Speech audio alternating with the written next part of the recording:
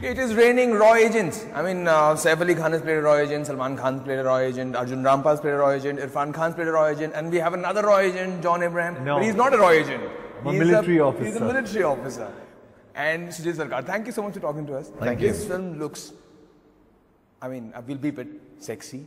You know, when you look at the promos, it looks dark. Yeah. And it talks about Sri Lanka. Right. I mean, those are really dangerous waters that you guys have been ready. Yeah, but I think audience is ready for this realistic zone. I think we have seen for the last 2 years. I think this realistic zone, if we are ready watching European cinema, Hollywood cinema, why not cinema from our land? It's a realistic film. It's not an action film like Force or Shootout at Vadala, and I'll always give you references of my films. Yeah, yeah. It's a political spy thriller, and it's got realistic action. Yeah. And Shoojit, of course, wanted to use real guns and real choppers flying around the place. So we've stuck to making it as real as possible. But you know, a sensitive issue like that, you know, it will have political repercussions. Are you prepared for that? I agree that it will. I agree that, you know, it is very sensitive. But we got into a lot of discussion before really getting into the film, and you know, the master of the craft, the way he's actually depicted everything is he's not taken any sides.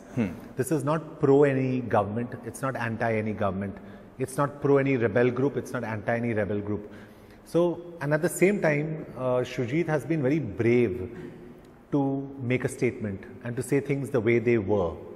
And I think that's what's special about this film, because I remember, Vikram, I must tell you this incident. I remember growing up, when I was very young, I wake up in the morning in 1991 on the 22nd of May with some water falling on my face and some drops, and I look up and I see my mom drawing the curtain over my bed, crying, sobbing, and I said, "What happened, Mom?"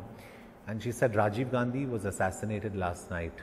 Yeah. And the visuals and the thought, even now I get goosebumps when I think about it, it's stuck in my head.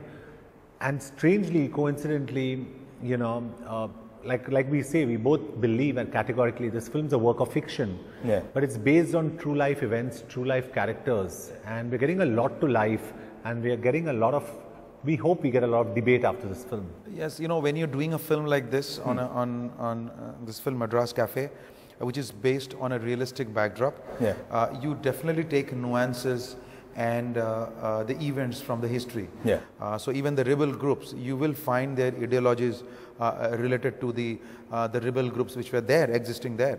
Apart from the main one, there were other splinter groups which were also having the same ideology.